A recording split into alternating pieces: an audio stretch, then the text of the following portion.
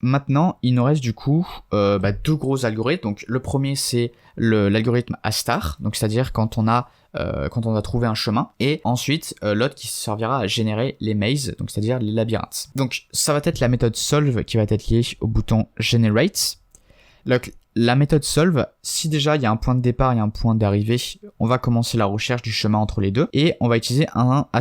Sinon, on va dire le point de départ ou d'arrivée n'a pas été mis en place. Alors, A*, comment ça fonctionne? Alors, je vais enlever ça.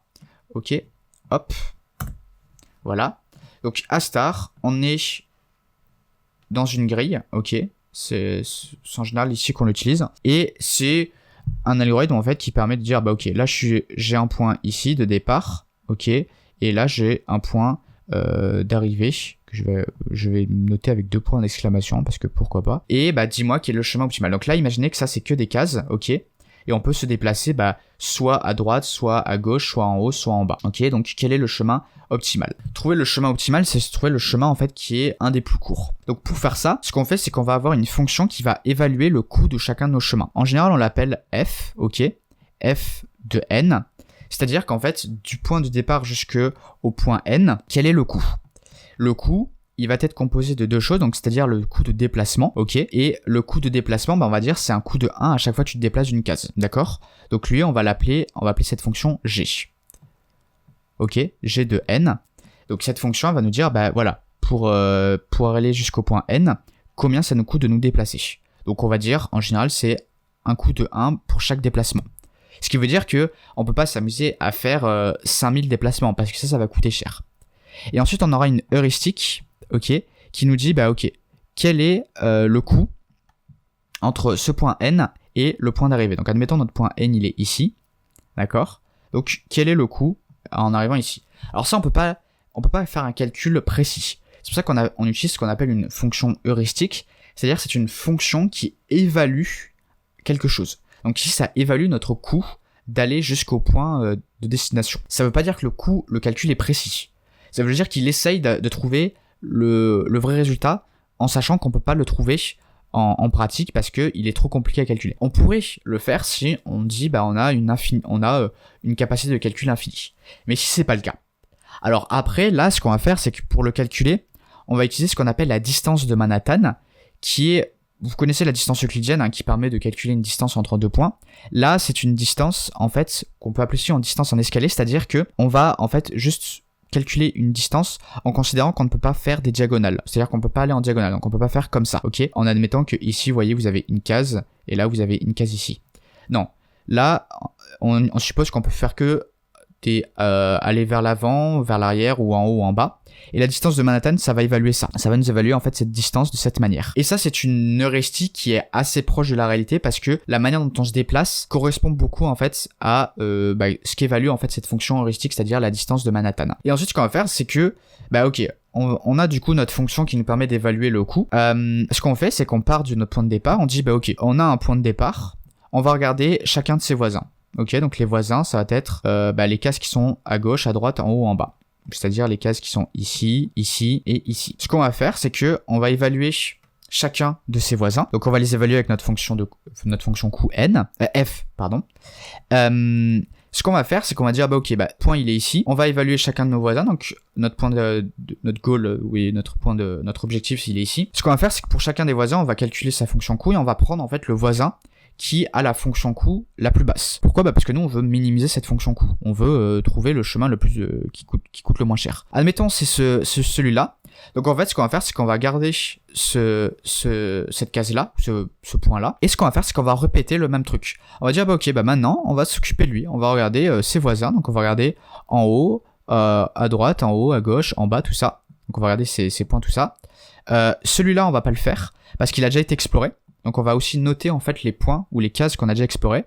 Et donc là, il nous restera 3 cases à explorer. Et on va évaluer chacun de nos points, donc chacun de ses voisins, et on va regarder à nouveau celui qui a le coût le plus bas. Et pareil. Et jusqu'à ce que, en fait, on va avancer comme ça, jusqu'à ce que on arrive en fait à une case qui soit en fait notre case d'arrivée. Et notre case d'arrivée, on va faire OK, c'est bon, on a trouvé notre truc. Alors évidemment, ce qu'il faut faire, c'est qu'il faut conserver en fait les chemins que l'on fait. Parce que une fois qu'on arrive ici, si on n'a rien stocké, on va dire ok, on est arrivé au chemin au point objectif, mais on sait pas quel est le chemin qu'il faut faire. Donc il faut stocker ça aussi. Et c'est ce que va faire en fait notre algorithme A*. Voilà, donc c'est ça, hein, l'algorithme A*, c'est vous avez un point de départ, vous avez un point d'arrivée, vous prenez votre point de départ, vous regardez ses voisins, vous évaluez le coût de chacun de ses voisins à partir de deux fonctions, une qui évalue le coût de déplacement et l'autre qui évalue l'heuristique pour estimer le coût restant entre ce point et le point objectif. Vous prenez le voisin en fait qui a le coût le plus bas et vous vous déplacez et vous stockez aussi évidemment ce voisin. Enfin vous stockez en fait les cases que vous avez déjà explorées. Je vais vous montrer le code, vous comprendrez tout de suite mieux. Ok, A*. A* c'est tout ça. Ok, il est peut-être un peu gros, je vais peut-être pas l'afficher en grand. Alors A*, donc moi il prend deux paramètres, on s'en fiche un peu, c'est start et goal, qui sont du coup les coordonnées de nos deux points. Donc le point de départ et le point d'arrivée. Ensuite, openSet. Donc ça, openSet, c'est ça va être notre tas. Donc un tas, c'est une structure de données que je vais manipuler en utilisant heapq, qui nous permet en fait de faire des tas. Donc c'est juste une liste en fait qui est organisée d'une certaine manière. Ce openSet, il va contenir nos points qu'on doit explorer. Ok. Donc et c'est des points qui sont intéressants en fait, c'est-à-dire c'est des points qui ont une fonction coût qui est basse. Ce qu'on fait, c'est qu'on commence à initialiser cette liste, cette openSet, avec le point de départ start. Ce qu'on fait, c'est qu'on va mettre dans ce tas, en fait, un tuple à chaque fois où la première valeur, ça va être le coût, ok, qui va être donné par une fonction coût, notre fonction f, et on va mettre la coordonnée du point. Là, je mets 0 parce que c'est notre premier point en fait, donc on n'a encore rien fait, d'accord? Donc on met 0. Ensuite, là, on va avoir un dictionnaire qui va nous dire d'où est-ce qu'on vient. Donc ça va nous aider pour savoir le chemin en fait qu'on a fait jusqu'à présent. Gscore, donc ça va être notre fonction G qui nous donne le calcul, le coût en fait de départ jusqu'à notre point actuel. Donc qui évalue en fait les coûts de déplacement. Et F, alors F je l'ai appelé ici, c'est pas bon. F ici c'est mon truc H, c'est en fait la fonction heuristique qui m'évalue en fait entre le point où je suis et ce qu'il me reste à faire pour arriver au point optimal, donc l'évaluation du coût. Ensuite, visited, c'est tout simplement en fait les points que j'ai déjà visités. Je vais pas réévaluer en fait des points ou des cases que j'ai déjà évalués. Donc ça c'est un set, ça c'est juste pour dire je veux pas avoir deux valeurs identiques parce que ça peut arriver. Je peux en fait avoir deux cases qui ont le même voisin. Sauf que moi je veux pas réévaluer deux fois le même voisin si c'est la même case au final. C'est pour ça que je fais un set, c'est pour avoir en fait que des cases différentes. Comme ça, moi, je vais pas stocker deux cases qui sont les mêmes en fait. J'en aurai qu'une seule et ce sera moins coûteux en mémoire. While openSet. Donc ça veut dire tant que j'ai quelque chose à explorer. Donc tant que j'ai une potentielle case en fait pour construire mon chemin. Current. Donc current, je récupère la première valeur de mon tas. Donc c'est-à-dire la valeur qui a la fonction heuristique, la fonction coût la plus basse. Je prends la deuxième valeur du tuple, donc qui est ma coordonnée, qui est lui-même en fait un tuple. Je l'ajoute au visited. Ok. Je fais visited.add_current. Ça veut dire que ça y est, je dis cette case, je l'ai visitée. Ensuite, si current c'est le goal, c'est-à-dire que c'est l'objectif, eh bien ça veut dire que j'ai trouvé un chemin qui fonctionne bien. C'est-à-dire que j'ai trouvé un chemin qui va de start jusqu'à goal. Donc le pass, je vais construire le pass. Pour construire le chemin d'accès, je vais parcourir en fait toutes mes clés de came from. Donc c'est-à-dire en fait came from, ça va me donner en fait le chemin que j'ai besoin. Et je vais pouvoir le reconstruire grâce à ce dictionnaire là. Et ensuite à chaque fois je vais ajouter et je vais penser aussi à ajouter le point de départ parce qu'il n'a pas été mis dans current. Et je reverse parce qu'en fait c'est mis dans vu que je commence. Enfin, comment dire ça? Le chemin en fait qui sera stocké dans pass actuellement, en fait, il va commencer par la fin. Le début de la liste sera la fin en fait. Donc c'est pas ce que l'on veut. Donc je retourne en fait j'inverse en fait. Donc c'est-à-dire la dernière valeur va être la première valeur qui va me permettre en fait de commencer par la case de départ et me donner les cases suivantes pour arriver jusqu'à la case de fin. Et ensuite je fais un return pass. Donc je sors de ma boucle et de ma méthode qui me donne le chemin optimal. Ensuite là je vais faire ce que je vous avais dit, c'est-à-dire que je vais regarder chacun de mes voisins.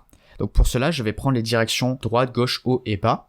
Donc qui seront des tuples. Donc 0, 1, ça veut dire que en X, je me déplace pas, puisque je reste, et en Y, j'augmente de 1, donc je vais regarder la case d'en dessous.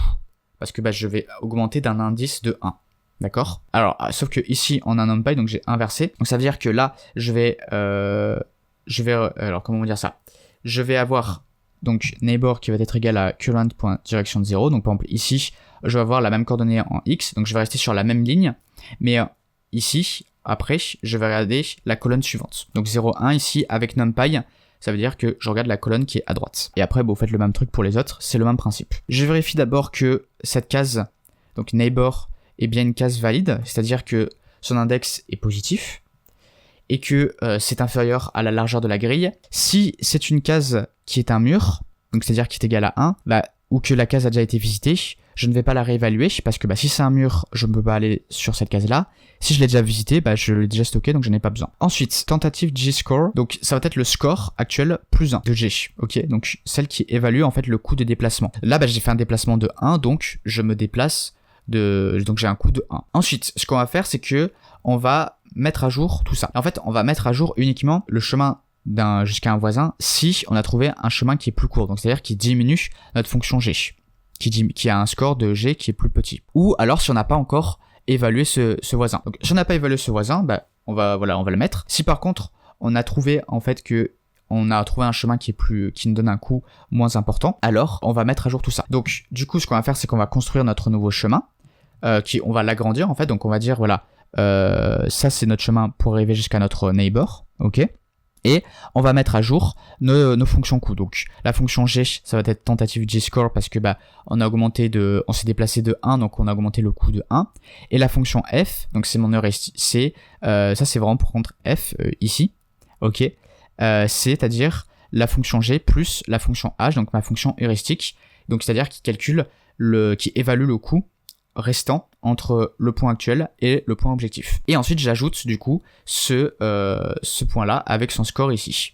Voilà, dans mon tas qui sera ensuite traité par la suite. Et ensuite ce que je fais, c'est que je fais un self.explode.append current. Donc en fait ça va me servir pour afficher, vous savez, mes carrés rouges, pour savoir en fait toutes les cases qui ont été explorées, pour voir en fait tous les chemins qui ont été tentés. Ici je fais un return liste vide si en fait je ne trouve pas de chemin optimal.